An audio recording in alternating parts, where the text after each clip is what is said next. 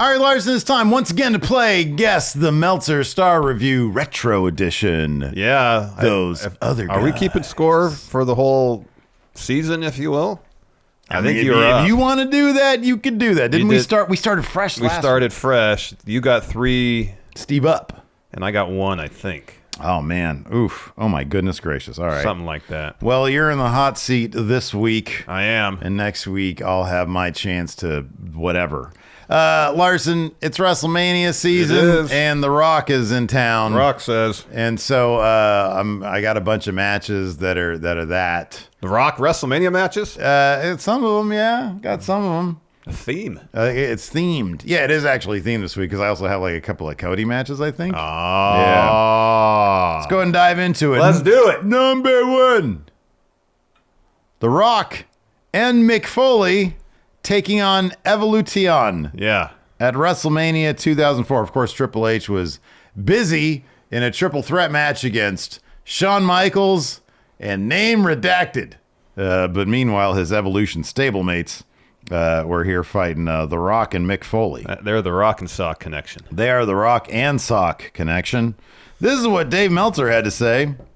The highlights of so I did you a little solid here. I was going earlier in the write-up to get a little bit more editorializing that's here. Very kind of you. He refers to one of the highlights of WrestleMania being The Rock and Ric Flair having far too much fun in what had been built up as a grudge match. While what they did made little sense with the nature of the build-up, Rock and Flair were incredibly entertaining in the handicap match. Flair, working with a severe and undiagnosed neck injury, was feeling it with his best performance in recent memory, even taking a Bobby Eaton-like backdrop on the floor. Flair actually wound up cheered more than Rock. The finish probably surprised a lot of people, but was the right finish for old-time business, with Orton pinning Foley clean. However, it's not old-time business, and I don't think the finish mattered that much, as people love Foley for losing. Here's what he said in the actual write-up of the match later on. Flair was in WrestleMania shape. Rock was mimicking Flair's strut and having fun doing all the Flair spots. Foley even did the elbow off the apron on Flair after Flair had taken a backdrop on the floor. Flair had lost about 50 pounds to 285, so he wouldn't be in bad shape. Did I say Flair or Foley? Foley. Foley had lost about 50 pounds, so he wouldn't be in bad shape for his return. Batista went to work on Rock. Batista still doesn't get it, but since everyone else in this match does, it wasn't a factor. Flair got slammed off the top. Jerry Lawler was almost treating it as comedy. Foley did well. Again, there were major context problems between the build-up and what this match was, but it was good nonetheless. Orton and Foley actually went at it early instead of saving it for late. Orton sent Foley knees first into the steps. Foley was pounded on, including a G&P spot by Batista, ground and pound spot, that he broke up with the claw. Flair and Foley worked, and I think that was the first time the two were ever in the ring together in match form. Hot tag to Foley, who did a double arm DDT on Orton and pulled out Mr. Sacco. Before he could do it, Orton beat him to the punch with an RKO and pin. Crowd went nuts for Foley after the match anyways. He did the old Hogan after the Warrior match. How many stars? Wow, he seemed to like that. Did Dave Meltzer give this match at WrestleMania 04? So, he didn't really give a lot of high star ratings to matches in this particular period of WWE. Mm-hmm. Like, maybe 4-ish at best. I don't think... He sounds like he enjoyed this match, but not to the level of being 4 stars. It could be 3 1/4. It could be 3 3/4. I'm going to split the difference and say he gave it 3.5 stars. Oh, smart move. It was 3 3/4. So you got up 1 point here. 1 point. Well done. Well done. On the board. Next bitch. Next match. Rocky Maivia, Dwayne Johnson, Yeah. retained the IC title, beating Ken Shamrock via DQ in 4 minutes and 49 seconds. This match was not good. This is a WrestleMania 14. It's not good. They are trying to give Maivia the same chairman gimmick that WCW gave La Parka and that did nothing serious with. I remember La Parka dancing with the chair. Yeah. Not much to the match itself. Maivia used a hard, unprotected chair shot to Shamrock's face. I do remember that. That was badass. That was, well, it was bad. Yeah. But Shamrock kicked out of the pin. Shamrock came back with a belly-to-belly and an ankle lock, and Maivia tapped out. After the match, the Nation of Domination ran in and Shamrock gave belly-to-bellies to Kama Mustafa and Brown and something that somewhat resembled that move to Mark Henry. I don't know. He then put the ankle lock back on Maivia while Farouk came out and simply watched as Maivia, with blood spewing from his mouth, tapped out in agony. A stretcher came for Maivia. Shamrock then suplexed 3 refs and a guy in a suit. It was then announced the decision was reversed due to Shamrock putting the hold on after the match. Shamrock went nuts again, knocking Maivia off the stretcher and pounding on him some more before leaving. The only funny part was with the cameras off, Maivia, who was stretchered and then took more of a beating, got up and walked to the dressing room. I like that you find that funny. They need to get Shamrock. They need to get Shamrock into DX, as he's the only guy in the company realistically ready to do a major money program with Austin. And with Michaels out, DX needs a singles headliner. Meltzer wanted Shamrock in DX. I can't imagine Shamrock doing the crotch chop. I can't imagine that.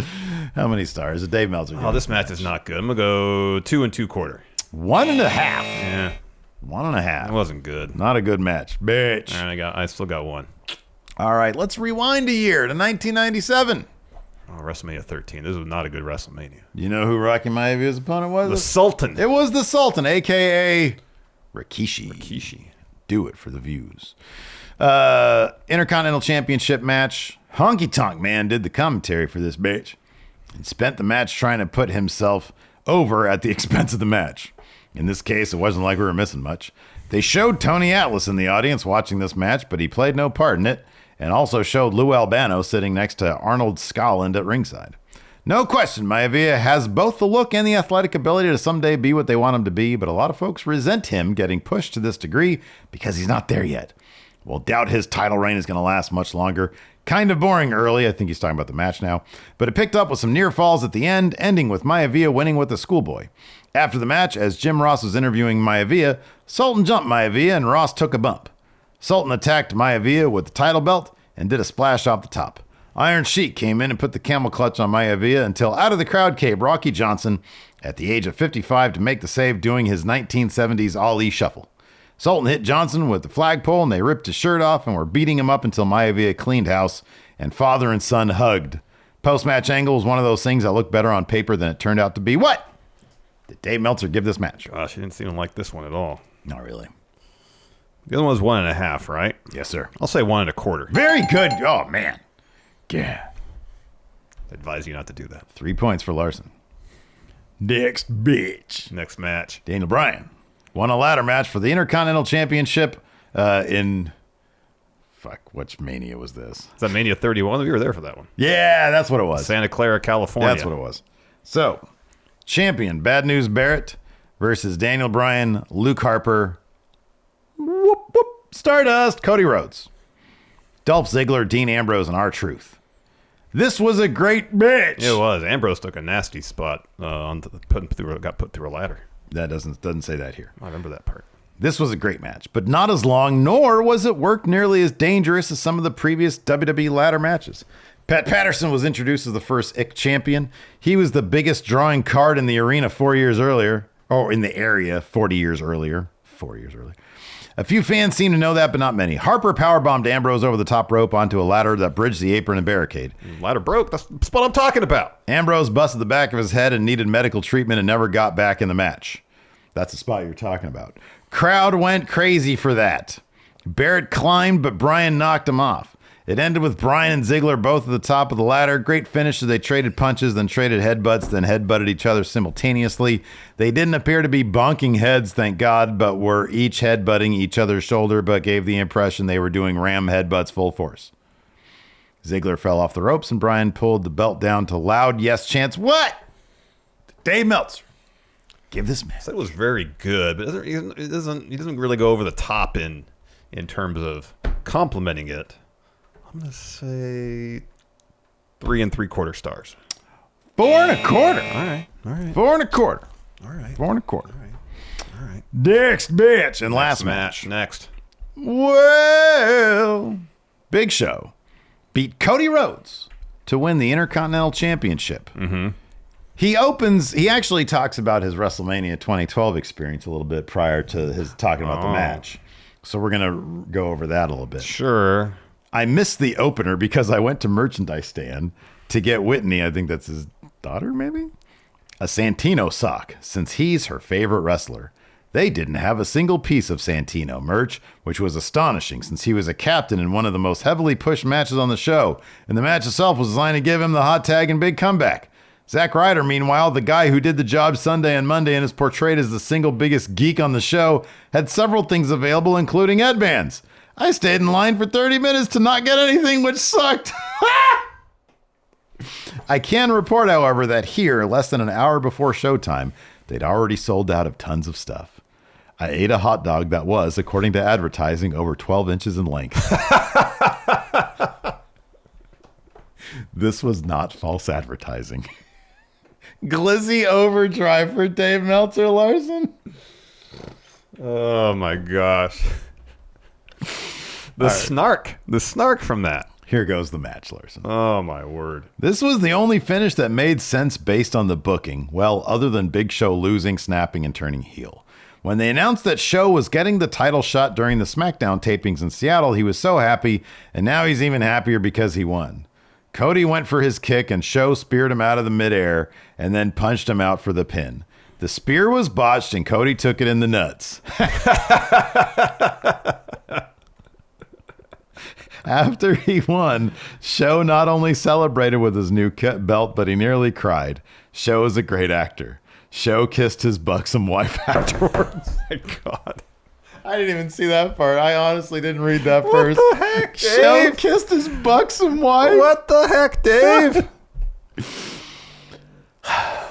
The next night on Raw, after the dark match ended, he left the ring and apparently forgot he was champion because he left the belt there. How many stars did he give this man? Oh, this can't be high. A half star. 2 stars. What the fuck? He was high on fucking 12 inches of glizzy, wasn't he? That's what it was. This dude had 12 inches of glizzy, man. Oh, God. Oh, my gosh. All right, 3 points is fine. You did good. You did good. Wow. You did good.